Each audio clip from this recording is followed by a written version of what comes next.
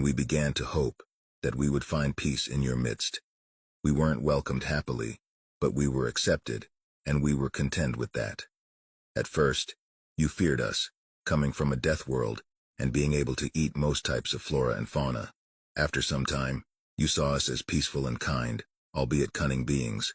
We became well known for our tacticians and our negotiators, and have lived peacefully among you for the last 20 years. However, maybe because of prejudice, maybe because of envy, or maybe because of instinctual wariness, because we were different, we became isolated and are now under attack by 3 races calling themselves the Predatory Coalition. We had hoped to finally find peace among peers and the stars and found ourselves in a war. We are currently defending our home system from a fleet containing ships from more than a dozen races, while our colonies are blockaded and starved out. Our hope now lies before us, shatter it on the ground. From a few chambers came sounds that showed satisfaction for the specific race that occupied them. He waved, and the holoscreen was wiped clean.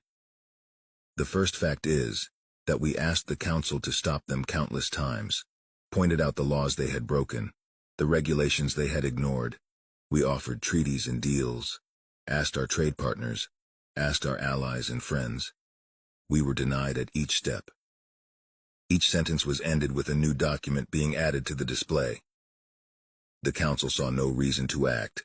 Our allies were pressured in their own conflicts, as their own enemies suddenly gained new allies, and our trade partners started recall their ships from our territory, fearing for the safety of their people. Even when the coalition shot down Crosset Star relief vessels bringing supplies for civilians, which this council had granted galactic immunity, there was no reaction. As he continued, more and more petitions, treaties, and evidential pictures filled the holoscreen until they started to overlap. When he finished, the wall was buried under documents signed by the Terran Federation. He paused, and as he said the next sentence, he looked as if a heavy burden fell from him. Therefore, the Terran Federation finds that the blame lies solely on the Galactic Council. Ambassador Shore lowered his voice, as his eyes looked past the onlookers. His voice lowered to a deep growl when he continued, "For the current situation, and for what will happen next." Upon hearing his voice, many of the council members shuddered. The second fact has to do with the council's factions and our categorization. Carnivores looked at our bodies, saw how we were missing claws for killing and thick fur or shells to protect us and called us prey. Piscivores looked at missing evil